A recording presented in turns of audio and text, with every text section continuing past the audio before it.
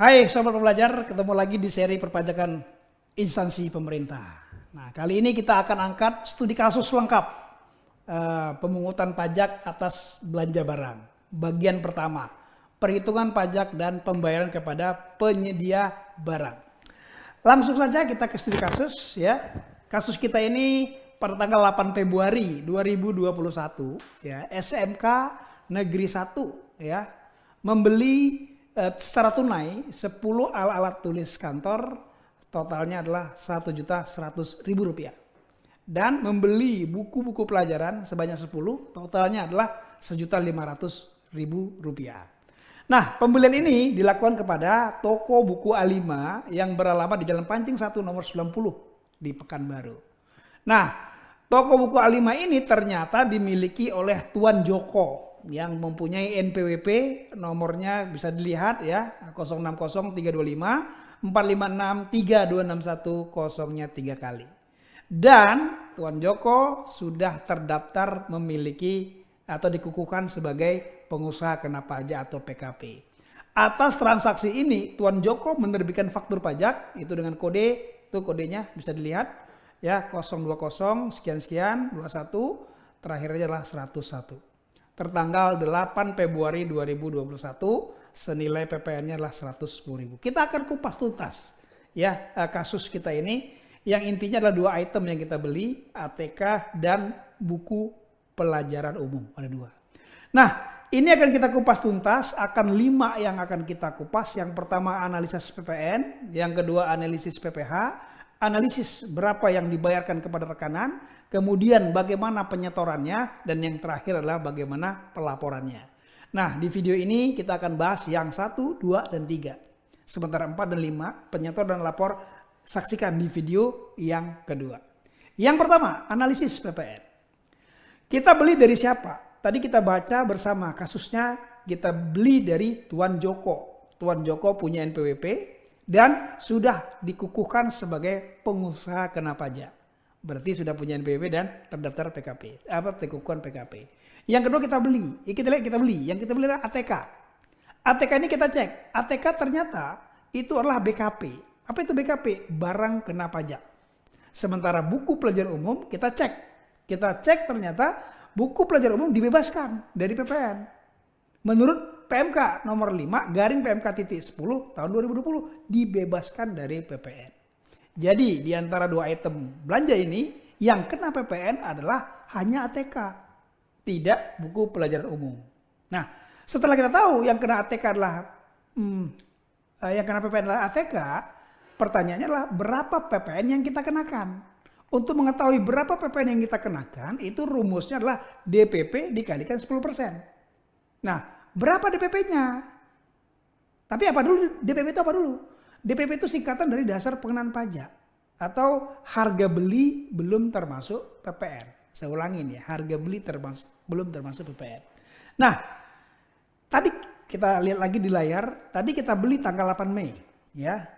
Kita beli tadi 10 alat tulis, harga satuannya adalah Rp110.000, dibeli kuantitinya adalah 10, maka totalnya adalah Rp1.100.000. Ini DPP karena belum termasuk PPN, harga yang belum termasuk PPN. Berarti nilainya lah Rp1.100.000 atas ATK-nya. Nah, kalau begitu berapa PPN-nya? PPN-nya berarti DPP ya dikalikan 10%. Berarti Rp1.100.000 dikalikan 10%. Didapat angka Rp110.000. Nah, inilah PPN atas belanja ATK. Nah, sekarang kita lihat yang kedua. Yang kedua, ternyata setelah kita lihat tadi PPN-nya adalah Rp110.000. Pertanyaannya, siapa yang memungut? Apakah SMK Negeri 1 ataukah si Tuan Joko? Ya. Yang memungut SMK Tuan Joko. Nah, sebelum kita jawab, kita cek dulu. Kita cek dulu apa yang kita cek. Ya. Berapa total belanja belum termasuk PPN? Berapa total belanja belum termasuk PPN yang dilakukan? Dari mana kita tahu? Kita cek di layar ada namanya faktur penjualan. Ada 2 item yang kita beli. Pertama ATK, yang kedua buku pelajaran. Nah, kita total Rp1.100.000 ditambah Rp1.500.000 didapat angka Rp2.600.000. Nah, 2.600.000 ini ternyata ya nilai ini ternyata di atas 2 juta.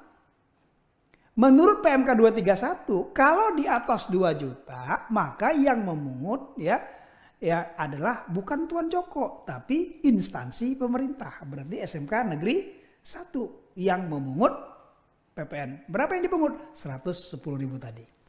Nah, ini dia. Komplit ya. Di layar kita komplitkan centang-centang semua. Oke, clear untuk PPN atas ATK. Nah, tetapi setelah kita hitungan, kita perhatikan dokumennya. Dokumen apa saja yang kita terima dari Tuan Joko. Yang pertama tadi kan faktur penjualan kita ada terima. Ini di layar kita lihat. Beginilah format fakturnya. Maka nanti total tadi ditambah PPN 110.000. Maka yang nilai faktur kita adalah 2.710.000. Itu dokumen yang pertama. Dokumen yang kedua kita terima adalah faktur pajak. Nah, faktur pajak yang diberikan Tuan Joko formatnya seperti di layar ini. Ini formatnya. Kita breakdown ya, kita lihat satu persatu ya. Ini faktur pajak setelah kita terima, maka instansi atau bendahara ini harus memvalidasi. Validasi atas faktur ini. Kita validasi satu persatu, pastikan faktur pajak ini adalah produk dari e-faktur, aplikasi e-faktur. Nih logonya seperti di aplikasi e-faktur. Kita cek pertama. Ya, yang kedua, setelah kita pastikan dia e-faktur, kita pastikan ini isi faktur e-faktur ini sudah sesuai dengan transaksi kita tadi sama dengan yang di faktur penjualan atau transaksi yang terjadi antara SMK Negeri 1 dengan Tuan Joko. Kita lihat ya satu persatu. Yang pertama kita cek adalah penyedia.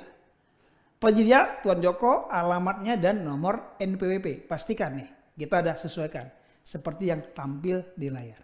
Nah, yang kedua, instansi pemerintah atau pembeli barang kena pajaknya. Ini berarti SMK Negeri 1 isikan alamatnya cocok tidak sesuai dengan kejadian yang sesungguhnya.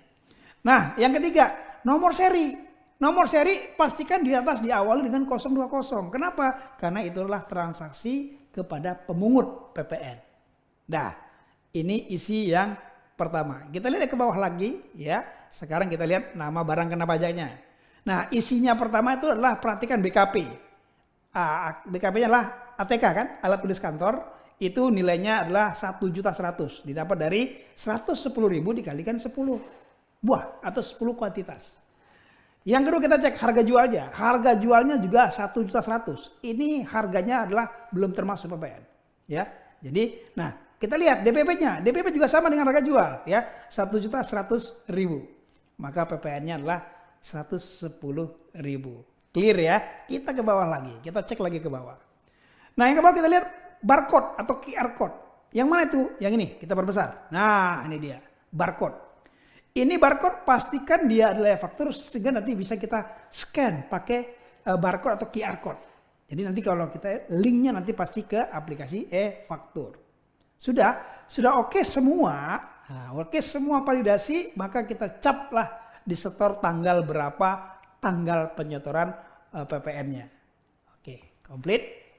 Kemudian ya ini e-faktur ini aplikasi nanti si Tuan Joko bisa nanti masuk jadi fitur pajak masukan. Ya, ini ada di aplikasi e-faktur. Oke, selanjutnya setelah kita memvalidasi e-faktur, apa yang kita lakukan selanjutnya? Komplitlah analisis PPN yang transaksi kita kali ini di studi kasus kita. Maka setelah kita komplit di analisis PPN, kita lanjut yang kedua, analisis PPh-nya.